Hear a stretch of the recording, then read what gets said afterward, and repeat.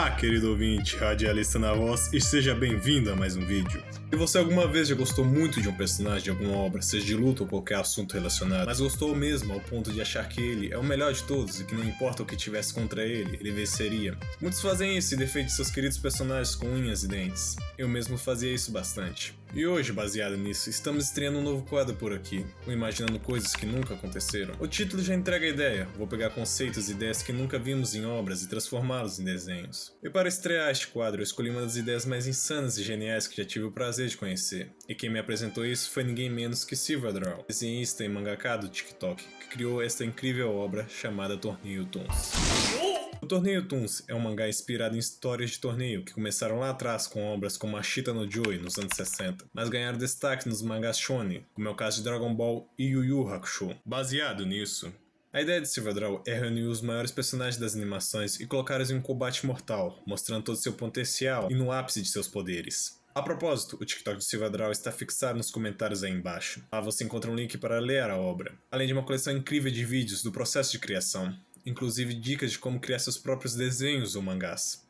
Partindo dessa ideia, resolvi trazer os meus personagens favoritos para este elenco de lutadores, usando como critério aqueles que não só marcaram minha infância, mas também a história da animação em geral. O mundo das animações é vasto, com inúmeros personagens lendários, mas para mim, dois se destacaram. Seria loucura deixá-los de fora, neste embate de vida ou morte, tanto pela sua força quanto por sua relevância na história de muitos de vocês que me ouvem. Eu estou me referindo ao Pica-Pau e ao Pernalonga, dois personagens que dispensam apresentações. E sim, eu sei que o Pica-Pau já está no elenco original. Você pode apontar que isso foi um pequeno roubo, mas no final do vídeo você vai perceber que tem um motivo simples e claro para eu repetir ele. Qual é o fato de que quando eu montava este elenco, eu pensava quais seriam os embates mais icônicos e quais seriam verdadeiramente equilibrados. O primeiro personagem que me veio à cabeça foi o Pernalonga. Só que quando você pensa um pouco, você percebe que quem diabos bateria de frente com este coelho? Em anos assistindo este desenho, eu quase não consigo me lembrar de vezes que ele perdeu. E por isso eu decidi repetir o Pica-Pau. Não porque era mais fácil pelo fato de ele já estar no Torneio Toons original, e sim porque ele é o único que poderia bater de frente com este bendito coelho. Fora que este seria um embate muito interessante, uma pena que ele não correu na obra original. A criação de personagens foi um grande desafio. Antes de começar a colocá-los no papel, eu usei 3 bases para compor o meu desenho. Para você que busca criar desenho do zero, ou até mesmo criar personagens, tem que ter essas 3 bases em mente: pose, anatomia e contexto. Antes de mais nada, definir a narrativa e o movimento de cada personagem através de um estudo cuidadoso das poses. Isso inclui determinar o fluxo principal da figura, garantindo um dinamismo e expressividade para cada um. Usei gestos amplos e exagerados para transmitir as personalidades de Pica-Pau e Pernalonga. Apostei em ângulos dramáticos para criar um senso de profundidade e volume. Por exemplo, o Pica-Pau foi desenhado em uma pose mais aberta e destemida, simbolizando sua bravura em combate. O Pernalonga teve uma abordagem mais ofensiva, um contraste de tamanho que enfatiza sua superioridade no momento. Para personagens cartunescos como este, é essencial manter o equilíbrio entre o realismo e a estilização. Certifiquei-me de que cada figura fosse reconhecível, mesmo apenas pela silhueta, algo crucial para um bom design de personagem. Elementos icônicos como o clássico bico e cabelo do Pica-Pau e as orelhas alongadas do Pernalonga. Como base, eu busquei de inspiração nas capas do mangá de Shumatsu no Valkyrie. O contexto do poder do Pica-Pau, ele transita entre suas versões de 1940, 1972 e de 1999, que foi entregada como parte do poder visual. Me remete a figuras como Spawn, com contornos fortes e um toque sombrio. O processo de pintura foi desafiador. As cores desempenharam um papel essencial para a finalização. Tons vibrantes e contrastantes foram escolhidos para reforçar o impacto visual. Vale com saturação extremas em áreas iluminadas e sombreamento intenso para dar o efeito cartoonizado, mas tridimensional. Adicionei efeitos de energia ao redor do Pica-Pau, e transições visíveis entre suas 3 formas clássicas. No caso do Pernalonga, eu usei o conceito de rasgar a realidade, uma extensão de sua habilidade, o seu braço começando em um lugar e terminando em outro. Eu optei por cores mais claras e evitei de colocar muitos efeitos para não aumentar muito a poluição visual do desenho. Também tem um contraste mais simples com o mais complexo do Pica-Pau, meio que trazendo equilíbrio ao desenho. Mas e aí, quem você acha que venceria? Deixa aí nos comentários. Eu apostaria alto no coelho.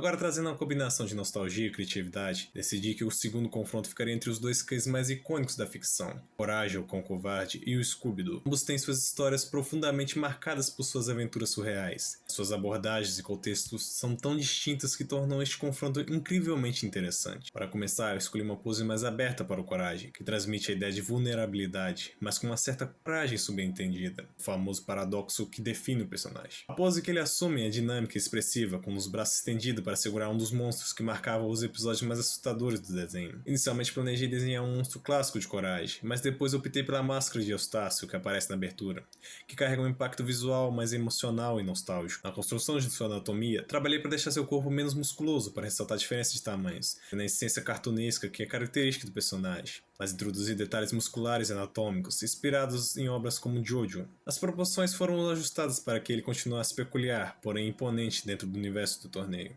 E para seu poder, eu decidi explorar os aspectos grotesco e sombrio do desenho animado. Coragem seria capaz de invocar os monstros mais icônicos e amedrontadores que enfrentou ao longo da série. Para ilustrar isso, os desenhos desses monstros apareciam como sombras ao seu redor. Para o Scooby, eu escolhi uma abordagem mais ofensiva e energética. Decidi criar uma pose que demonstrasse ação e imposição, lembrando seu tamanho em relação ao Coragem para que enfatizasse sua força. Ele segura em suas mãos as máscaras de todos os monstros que ele e sua turma desvendaram em vários mistérios, mas com um propósito diferente. Sua habilidade especial seria vestir os trajes e usar as habilidades desses monstros. Para o estudo anatômico, mantive a estrutura básica semelhante à de um dog alemão, mas ampliei os músculos especificamente para realçar a intensidade de sua forma. Diferente de Coragem, que todos os ângulos e linhas são mais finas, Scooby possui um visual mais robusto e sólido. Trabalhei com referências de cães reais, mas também deixei um espaço para o exagero típico do estilo shonen. O processo de composição foi um desafio diferenciar Scooby de Coragem. A chave foi trabalhar na interação dos personagens com seus respectivos poderes e poses. As diferenças ficaram claras, usando tons mais pastéis e aplicando tons de roxos saturados na sombra para acentuar o contraste entre a luz e a escuridão. O objetivo era invocar um pouco da sensação do desenho clássico.